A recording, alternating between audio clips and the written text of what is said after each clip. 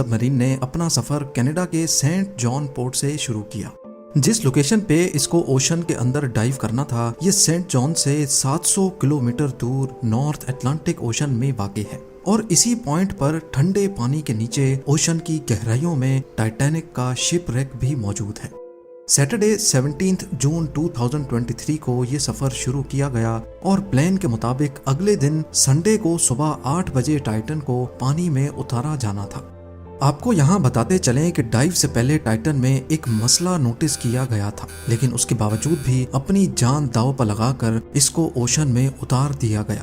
وہ کیا مسئلہ تھا اور آخر پتہ ہونے کے باوجود بھی یہ خطرہ؟ ناظرین، اس سفر میں ٹوٹل 5 لوگ موجود تھے، جس میں ایکشن ایویشن کے فاؤنڈر ہارنش ہارڈنگ بھی موجود تھے۔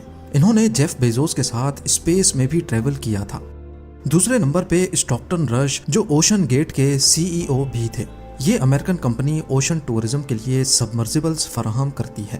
تیسرے نمبر پہ 77 سالہ پال ہینری تھے، جنہوں نے پہلے بھی ٹائٹینک کو وزٹ کیا تھا۔ یہ شپ ریک کے ایکسپرٹ تھے اور ان کو ٹائٹینک کے بکھرے ہوئے پارٹس کی کافی جانکاری تھی۔ اور آخر میں پاکستانی بزنس ٹائکون شہزادہ داؤد اپنے بیٹے سلیمان کے ساتھ اسی سب مرین کا حصہ تھے۔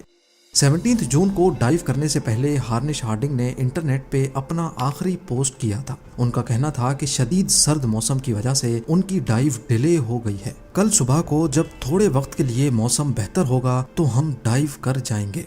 یہ 5 لوگ اپنا شوق پورا کرنے کے لیے مشہور زمانہ ٹائٹینک کا ملبہ دیکھنے جا رہے تھے۔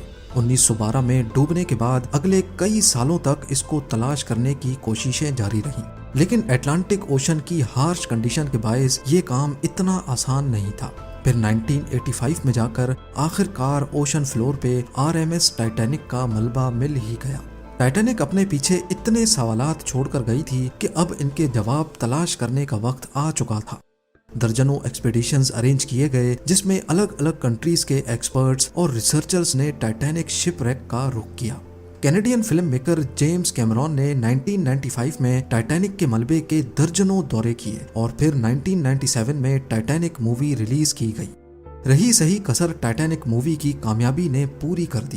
اس نے اتنی دھوم مچائی کہ اب ٹائٹینک کے ملبے کو خود جا کر دیکھنا کروڑوں لوگوں کا خواب بن گیا۔ یعنی یہ کام اب صرف ریسرچ کے مقصد تک ہی محدود نہیں، بلکہ شپ ریک سائٹ پر ٹورسٹ بھی جانا شروع ہو گئے۔ کہا جاتا ہے کہ اوشن کی گہرائی تک جانا اسپیس میں جانے سے بھی زیادہ مشکل ہے، اور اس کی سب سے بڑی وجہ ہے پانی کا پریشر۔ ٹائٹینک شپ ریک سمندر کی سطح سے 4000 میٹر یعنی 4 کلومیٹر نیچے ہے۔ اس گہرائی کو امیجن کرنا ہو تو آپ برج خلیفہ کو دیکھیں اور سمجھ لیں کہ ٹائٹینک کا ملبہ سمندر میں قریب 5 ٹائمز برج خلیفہ کی ہائٹ جتنا نیچے ہے۔ اس گہرائی میں پانی کا پریشر 5800 PSI ہوتا ہے۔ یہ اتنا ہی پریشر ہوگا کہ انسان کے پورے جسم پر نہیں، بلکہ صرف 1 اسکوائر انچ کے حصے پر ایک پورا ہاتھی کھڑا کر دیا جائے۔ تو اب آپ اندازہ لگا لیں کہ ایک سب مرین میں کتنے اسکوائر انچ ہوں گے اور اس پر کتنا زیادہ پریشر پڑتا ہوگا۔ خیر، سنڈے 18 جون 2023 دوپہر کو 12 بجے سب مرین کا سفر اسٹارٹ ہوا۔ نارملی ٹائٹینک تک پہنچنے میں 2 گھنٹے لگتے ہیں، لیکن 1 گھنٹے 45 منٹوں کے بعد ہی مدر شپ پولر پرنس، جو کہ اوپر ویٹ کر رہی تھی، ان کا سب مرین سے رابطہ ٹوٹ گیا۔ اگر 2 گھنٹے ٹائٹینک تک پہنچنے میں لگنے تھے تو صرف 15 منٹ پہلے رابطہ ٹوٹنے کا مطلب ہے کہ سب مرین ٹائٹینک کے کافی قریب پہنچ چکی ہوگی۔ سمندر کی اس گہرائی میں سورج کی روشنی پہنچنا ناممکن ہے، اور یہاں ہر وقت انتہائی سخت اندھیرا ہوتا ہے۔ اتنی گہرائی میں وائرلیس سگنل کا ٹوٹنا ایک نارمل بات ہوتی ہے، لہٰذا پہلے اس بات کو زیادہ سیریس نہیں لیا گیا۔ یہ پورا ٹرپ ٹوٹل 7 گھنٹوں کا تھا۔ 12 بجے سے لے کر شام کو 7 بجے ان کو واپس لوٹنا تھا، لیکن جب شام 7 بجے تک بھی ٹائٹن سے کوئی رابطہ نہ ہوا اور نہ ہی وہ واپس لوٹی، تو اب اوپر کھڑی مدر شپ میں موجود کرو کے پسینے چھوٹنا شروع ہو گئے۔ Canadian research vessel polar prince نے ٹائٹن کی تلاش شروع کر دی۔ 9:40 پہ انہوں نے US کوسٹ گارڈ سے رابطہ کر کے مدد طلب کی۔ اگلے دن منڈے کو US اور کینیڈین شپس اور پلینز نے پورے ایریا میں ایک پراپر سرچ آپریشن شروع کر دیا۔ انہوں نے صرف سمندر کی سطح پر ہی نہیں، بلکہ سونار اسکیننگ کی مدد سے پانی کے اندر بھی اپنی تلاش جاری رکھی۔